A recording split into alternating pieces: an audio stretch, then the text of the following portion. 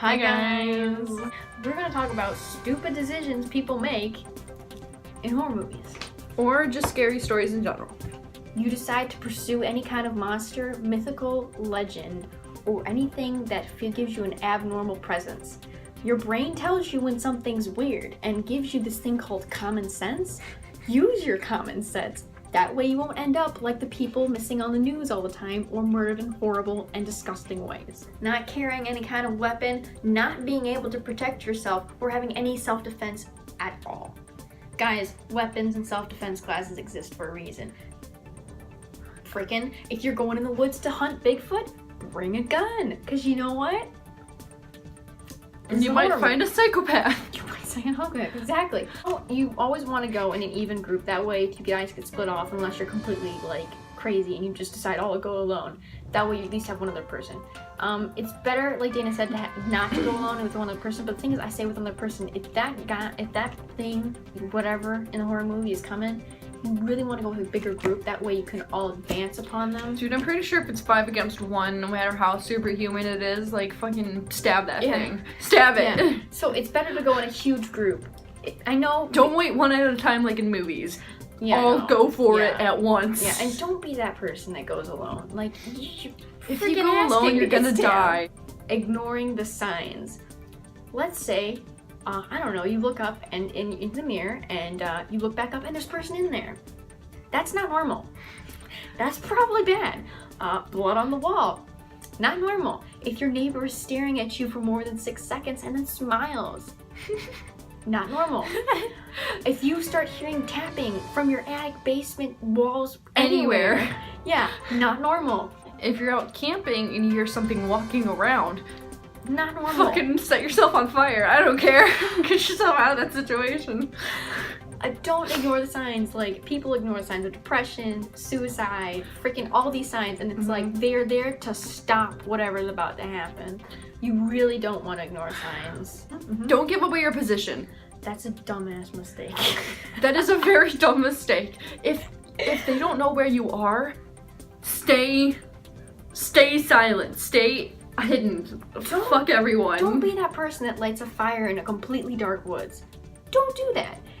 Don't do that. I mean, it works with animals, but if you're in a horror movie, you're probably not afraid of the bear in the wood. You're afraid of the psycho killer in the wood. If you're trying to hide from someone who's outside of your house, don't turn on your lights. Don't give away your position. Do not do that. That is bad. Don't carry a flashlight. A flashlight instantly tells people where you are. If you have to, take a glow stick, throw it ahead of you. That way they'll go to the glow stick, not you.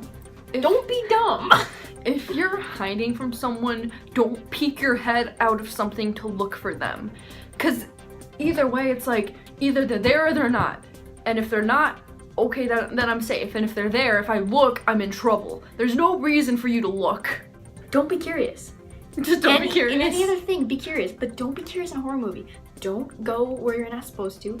Don't do what you're not supposed to. Don't be that person that needs to know what's coming behind you. Be smart. Ignore the curiosity. Don't look behind you when you're running away. Just keep running. No, just keep running. Just keep running. Don't be that dumb about the trips because you try to look. Like, honestly, no. Always listen to what the 911 people tell you. Yeah, don't be that smart person that's like... Many times, people have called 911 asking for advice. They give it to them. They don't follow it and get killed.